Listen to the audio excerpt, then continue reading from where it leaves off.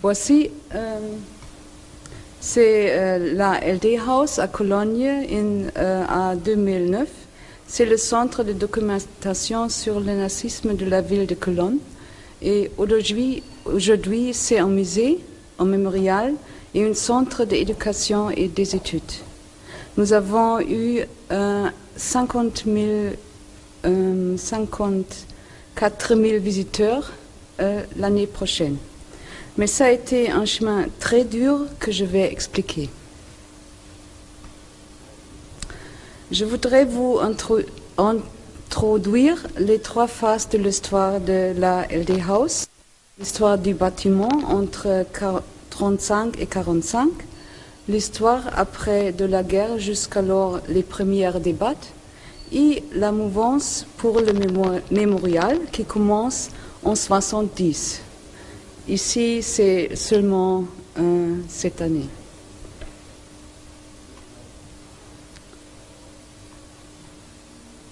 Au-dessus de la porte d'entrée figure l'inscription d'origine LD qui donna son nom à la maison. Il s'agit des initiales L et D du propriétaire Damen. Il était un grossiste colonnais en horlogerie et bijouterie. Conçu à l'origine pour être une maison d'habitation et de commerce, comme ici, le bâtiment fut loué par la Gestapo en 1934, alors que seul le gros œuvre était achevé et fut utilisé par cette organisation de 1935 à 1945. C'est bon ici? Après avoir loué l'édifice, la Gestapo fit bâtir une prison dotée de 10 cellules en lieu et place du garage souterrain initialement prévu. Des dizaines de milliers de personnes avaient contact avec la Gestapo, milliers étaient victimes. La prison principale de la Gestapo était une maison d'arrêt. Les prisonnières y séjournaient durant leur interrogatoire. Mais ce séjour pouvait parfois durer des semaines, voire des mois. Les cellules étaient conçues pour une ou deux personnes, mais leur suroccupation était des sommets, notamment durant les dernières années de la guerre. À la fin de la guerre, des centaines d'exécutions ordonnées par la Gestapo de Cologne eurent lieu dans la cour de la LD House. Au fin de la guerre, un des rares bâtiments intacts du centre-ville était la LD House. Les administrations alliées y ont d'abord installé leur siège. La ville loua le bâtiment à partir de 1949 et y installa dans les décennies qui suivirent différentes administrations de l'État civil en passant par les services de gestion de retraite. Le passé du bâtiment lié à la Gestapo a été refoulé, tout comme l'époque nazie en général l'a été durant un certain temps après la création de la République fédérale. Ironie de l'histoire, des personnes qui avaient été interroguées et torturées dans la LD House ont dû plus tard y déposer leur demande pour obtenir leur retraite. Voici ici un mariage en 1954.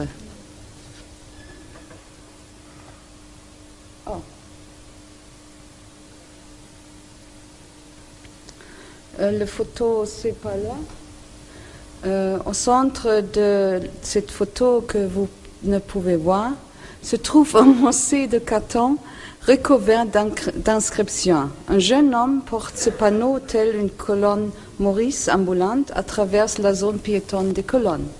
Ce jeune homme, Sami Metke, avait vu le film américain Holocauste à la télévision. Il voulait, par son action, exprimer sa colère contre le refoulement du passé nazi.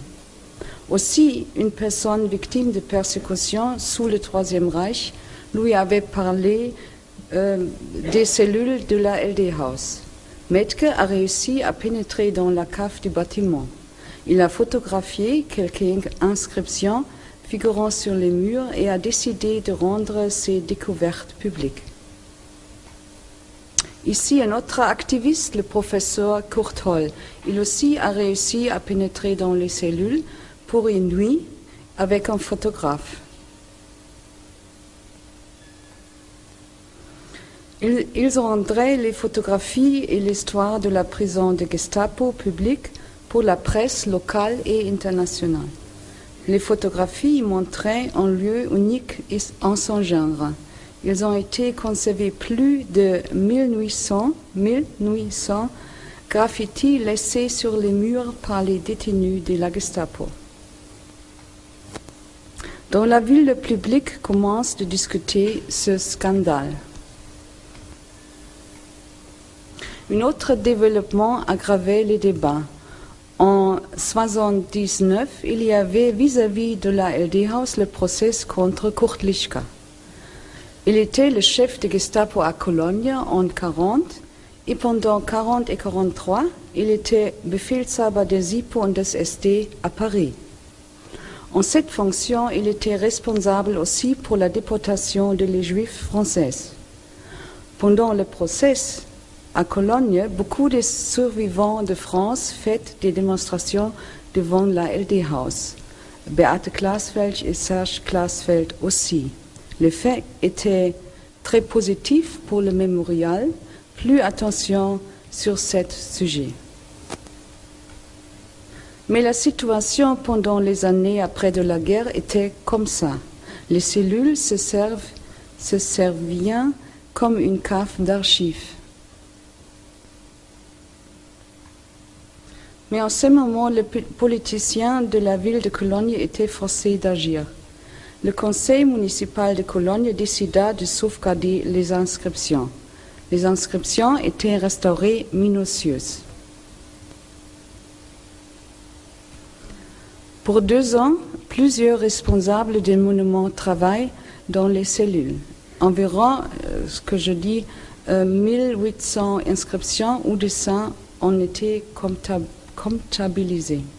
La Gestapo n'a visiblement pas interdit ces inscriptions, mais en 1943, les murs furent repeints. Les seules inscriptions sauvegardées ont donc été réalisées entre fin 1943 et mai 1945 au crayon, avec de la craie, des morceaux de charbon ou gravés avec des clous, des vis ou des ongles.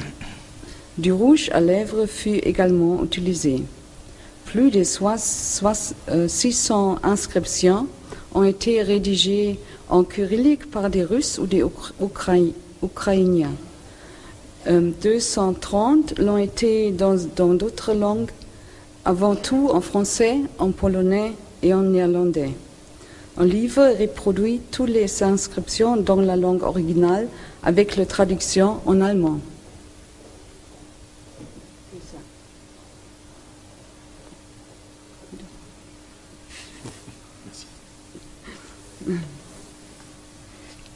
Ici, vous voyez quelques exemples des inscriptions, ici en allemand, ici en russe,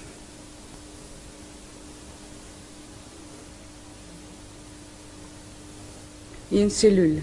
La ville de Cologne, encore la locataire de la LD-Haus, ouvrait en 1981 les cellules comme le mémorial au grand public. Ici, une petite exposition montrait l'histoire de la prison de la Gestapo. Les shows dans le public étaient très grandes. Ici, c'était la photo d'une inscription d'une femme française. C'est seulement le texte ici. Je ne peux plus vivre sans ma petite fille. Il me semble que je deviens folie dans cette maison. Si ce n'était que de moi, je me laisserais mourir de faim. Mais j'ai ma petite Christiane chérie. Il faut que je vive pour elle. Ça, je dois la ramener en France pour que ses grands-parents paternels et maternels puissent connaître leur petite fille qui est née en Allemagne après 11 mois. Cette inscription provient d'une jeune Française, Marinette, qui décida à 25 ans, en 1944, de suivre son ami en Allemagne. Elle travaillait comme domestique dans une famille allemande opposée aux nazis. Lorsque la famille fut arrêtée en décembre 1944, Marinette fut également conduite à la prison de la Gestapo. Elle était à cette époque enceinte de 8 mois. Elle fut transportée pour accoucher dans un hôpital, mais dut retourner 8 jours après la naissance de sa fille Christiane à la prison, le 12 janvier 1945, sans son enfant que des religieuses prirent en charge. Nous devons les informations sur son destin ultérieur à un appel à témoins paru dans un journal français pour des recherches destinées au tournage d'un film sur les inscriptions de Marinette. Christiane et une fille née ultérieurement répondirent à cet appel. Christiane avait appris que l'âge de 17 ans par sa mère qu'elle était née à Cologne. Jusqu'au 87, elle ignorait tout de l'internement de celle-ci dans la prison de la Gestapo. Marinette avait survécu, mais les souvenirs liés à sa détention étaient si douloureux qu'elle n'avait jamais voulu en parler.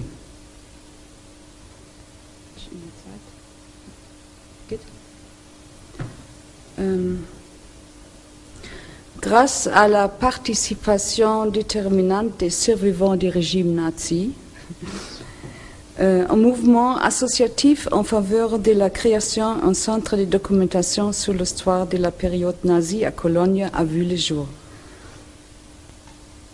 En 1987, il y avait encore une fois de nombreuses manifestations et actions diverses. On peut constater que pendant les années passées, plusieurs politiciens changeant leur attitude. Et enfin, une autre génération prendrait les décisions. Le maire de Cologne, Norbert Burger, était un des plus grands soutiens pour un centre de documentation. C'était très important parce que le propriétaire ne voulait pas installer ce centre de documentation dans la LD-House. 18 ans après, l'ouvrement du mémorial dans la cave, en 1997, l'inauguration du musée parachevait le centre de documentation sur l'époque nazie de la LD-House. Le musée se trouve dans les étages 1 et 2, dans les anciens bureaux de la Gestapo. Un très important fruit de longues discussions entre l'architecte, le concepteur de l'exposition et l'équipe scientifique du centre de documentation était le concept fondamental. La maison elle-même est l'objet principal de l'exposition. Depuis 1997, la LD-House devient une très acceptée institution dans la ville de Cologne et aussi un des plus grands mémorials en Allemagne. En 2009, il y avait une grande réouverture avec plusieurs salles et plusieurs éléments nouveaux dans le musée et aussi dans le mémorial. Et à la fin, je voudrais vous donner quelques impressions.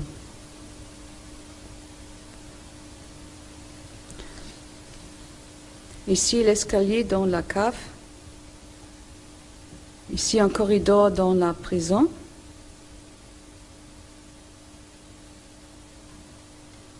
La nouvelle exposition dans la prison.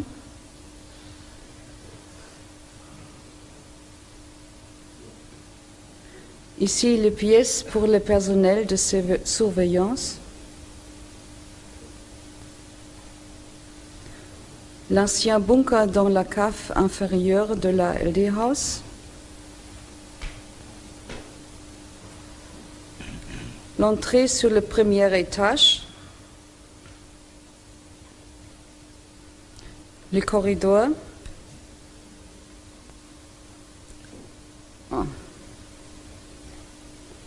L'exposition se trouve dans les bureaux. Les plans de bâtiment n'étaient pas changés.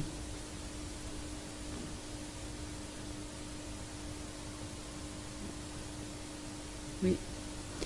Aujourd'hui, le lieu des mémoires prison de la Gestapo en Cologne est un lieu de commémoration témoignant des persécutions, des tortures et des assassinats perpétrés.